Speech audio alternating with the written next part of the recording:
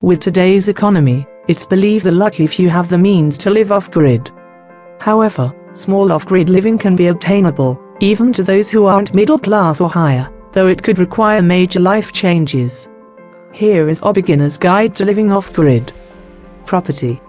There have been talks of housing bubbles forming again, both in the US and abroad. This has been further aggravated in the US by the Crapo Bill. The Crappy Bill was introduced by Senator Mike Crapo of Idaho, and signed by Trump in May. The bill rolled back some of the dodd-frank regulations that were imposed after the financial crisis to help prevent another recession. All bubbles aside, however, you can actually find affordable land to buy in the US without placing yourself in crippling debt. You just might find yourself living in a state like Ohio or Connecticut, the latter of which is reported to be one of the states with the highest taxes. Keep state taxes in mind, and look into the job market in any regions that interest you. An internet search on property markets in the US can give you a good idea of regions to start.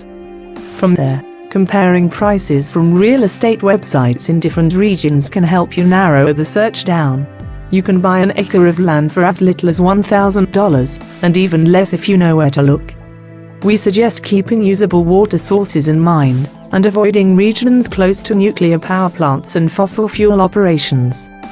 Some states have been taking action to prevent citizens from living off-grid, and you'll obviously want to avoid those states. Provided in the links below is a list of states with laws that affect off-grid living. Likewise, our 420-friendly viewers will want to look further into states where medicinal and/or recreational marijuana has been legalized. Finding affordable property in the location that's right for you will take some elbow grease, but for those who are intent on living off-grid, it's worth it. Housing. You can always rely on America's surplus of crappy old trailers and RVs, many of which people will pay you to take off their hands. However, if you prefer a higher standard of living, you can also look into mini houses. Prices for mini houses can range from a few $1,000s to the extravagant, and can be either mobile or placed on a foundation. Be sure to check state and local laws, as well as permit requirements beforehand. If done correctly, shipping containers can also serve as an inexpensive alternative to mini houses, and they offer room for creativity. You can buy used shipping containers for around $1,000 to $5,000, and renovations to make them livable can roughly cost as little as $7,000 to $10,000 per shipping container. Many people use multiple containers for one home. Remember to use recycled and reclaimed materials as much as possible to cut costs further.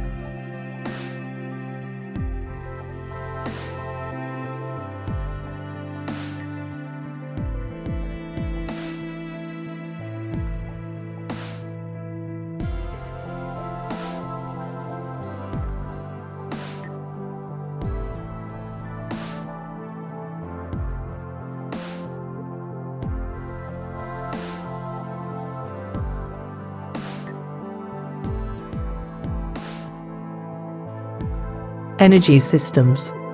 There are various forms of power systems that can be used in an off-grid home, such as hydropower systems, or even a combination.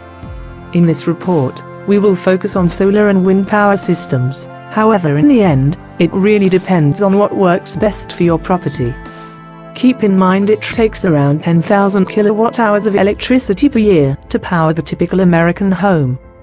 Before going solar, you need to learn which type of solar panels you need or prefer. A link has been provided below to help get you started. Solar panels can be placed on your roof, or mounted separately. Costs can vary greatly depending on the size of your home, and whether or not you put the system together yourself, which can cost around $1,200 plus, or have it done by a professional, which can be around $10,000, give or take. Like all forms of home energy systems, they come with maintenance. A decent wind turbine for your home can cost as much as $1,000 to $5,000, though you can find them cheaper, depending on your needs. There are 3 types of towers used for residential wind power that use either permanent magnet generators, or PMGs, wound field alternators, and conventional induction motors, all of which can come at varying expenses.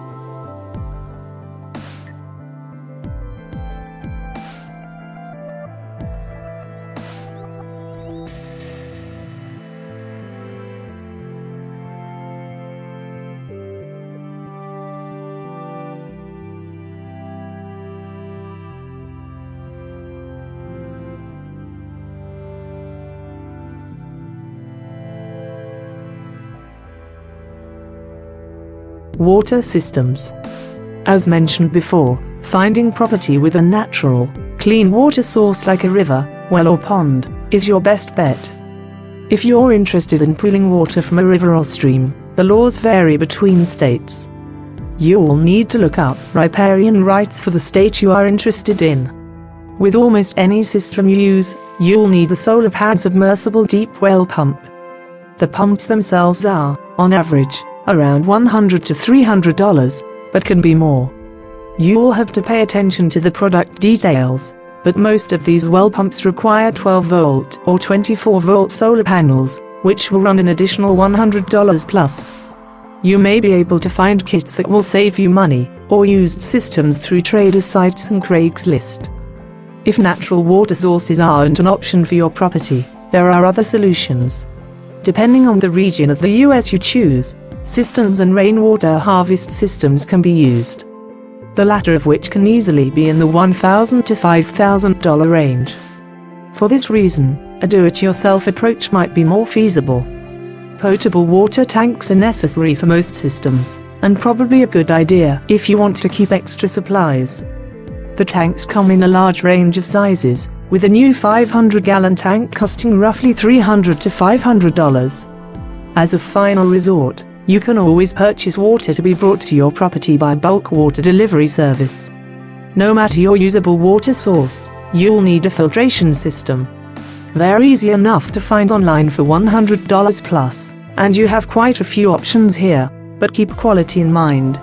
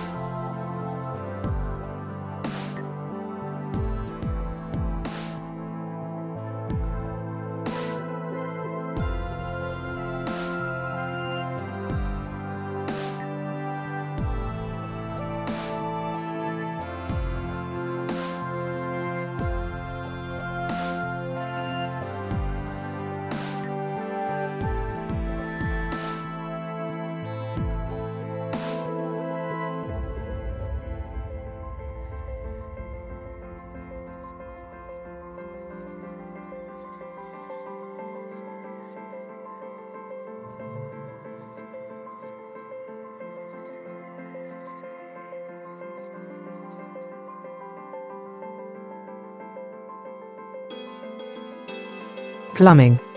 You can always use a typical outhouse, but that will become troublesome sooner or later. If you plan to farm your land or keep any livestock, such as pigs, it could theoretically work for you.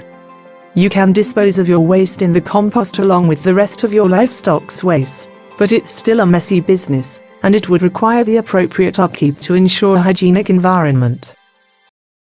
On the farm, Ruth is attempting her own project. Breathing new life into the all-important privy. A facility that in rural areas had changed little. Although in the Edwardian age, an awful lot of people were moving on, from this sort of privy. Water closets getting really quite common actually in towns. I mean, even really quite modest houses are having water closets installed. But out in the countryside, most Edwardians were still working on privy systems, rather like this. Rural privies were often found in the same building as the pigsties, so the farm's animal and human waste could be composted together. A system that was no longer viable in the increasingly populated towns and cities. Towns have to move over to new forms of sanitation as their populations rise. Push people in closer and closer together, you're going to get more and more disease. You've got to find a new way of dealing with it. Out here, where you've got plenty of fresh air to deal with all the fumes and stuff coming off, plenty of space for composting, you can manage a hygienic system without needing the new technology. To sterilise the privy seat, Ruth uses caustic soda. And this will kill every last remaining little trace of bug. In the late Victorian and Edwardian period, people are first really getting to grips with what germs are, what bacteria is. The microscopes are revealing all. And as a result, it's sort of provoked almost a paranoia, really, about germs and bacteria and dirt. So that you find really very, very, very rigorous cleaning regimes. For the privy walls, Ruth uses a solution made from limestone. Whitewash, being based on lime, is caustic and alkali, and it kills bugs. It's a sterilising solution, as well as making an area lighter and brighter. So it helps with being able to see in the dim light.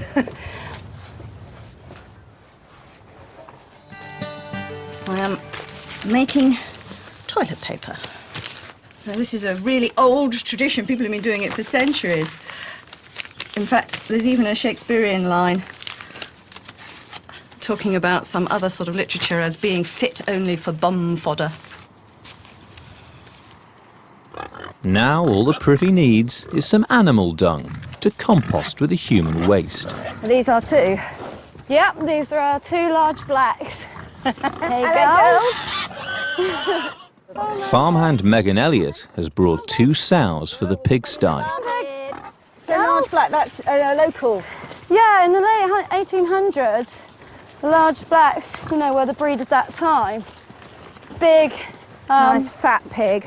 But yeah, they've got these big loppy ears that go over their eyes. And because they can't see so well, that makes them quite placid. They are nice. Nice, easy pigs. Good girls. Good Come girls. On, good girls. Just a bit more now. Come on. Yeah. That's it. Come on, In you go. Come on, What's that? With the sows safely in their new home next to the privy, Ruth and Megan turn their attention to grooming. Your best bet is to create a good sewage system, and if you've figured out your water system, this shouldn't be too difficult, aside from the labor involved. A basic septic system consists of a tank that collects and releases wastewater. Bacteria within the tank naturally breaks the waste down, and as new wastewater flows in, old wastewater flows out through a series of perforated pipes where it is filtered through the soil and absorbed as nutrients. New septic tanks range in price depending on the size. A 200-gallon tank costs approximately $300, while a 2,000-gallon tank will cost around $2,000. You should have the tank emptied and serviced annually.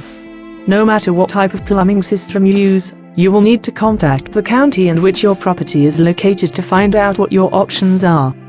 Some properties come with septic tank restrictions, and you will want to avoid those properties. Provided below is a useful source for off-grid water and plumbing. There are various other things to take into consideration when switching to an off-grid lifestyle. This includes gardening, irrigation systems, canning, and composting. Not to mention internet access, all of which we will be covering in a future video. There are also other alternatives to the suggestions provided in this report, and inexpensive do-it-yourself approaches can be taken in almost all cases. This report is meant to serve as a rough guideline, and to stir the serious viewer's imagination. To read this report in full, and for links to sources, please visit www.anonymous-news.com. We are anonymous. We do not forgive. We do not forget. Expect us.